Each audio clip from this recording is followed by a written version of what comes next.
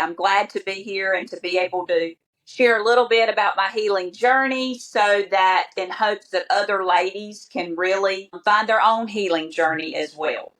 Yes. And so you have been ministering for women for over 20 years. And within that journey, you kind of had a sudden turn. And why don't you talk about that and what you thought your life was going to be and all the pain that you experienced? And just, yeah, let us know, what was that? So, we don't get through this life without heartache and pain and brokenness. So true.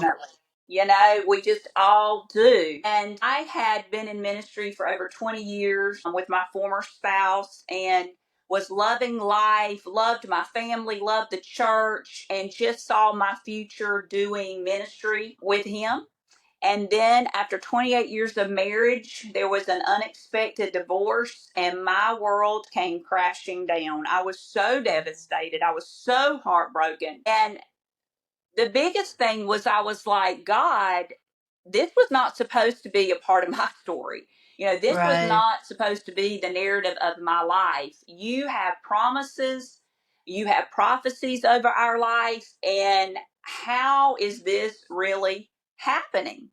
And so it just left me shattered with a broken heart on the floor in a million pieces. And from that place, and that has been almost this September, 3.5 years, God has done a lot of healing. But I have to say, I've had to be intentional with that healing. I've had to embrace that this was a journey and that it was not going to be a quick fix. It was not going to be put a Band-Aid on it and move on with my life. I mean, literally, my life came to a standstill, and there was going to have to be some deep, deep work by the Holy Spirit done in me to be able to move forward in my future. And honestly, in that moment of devastation, I didn't know how I was going to get up off that floor. So when you are on that floor and you're devastated, and you're just in all of this pain, and what were you thinking? Like, I mean, you had all these dreams.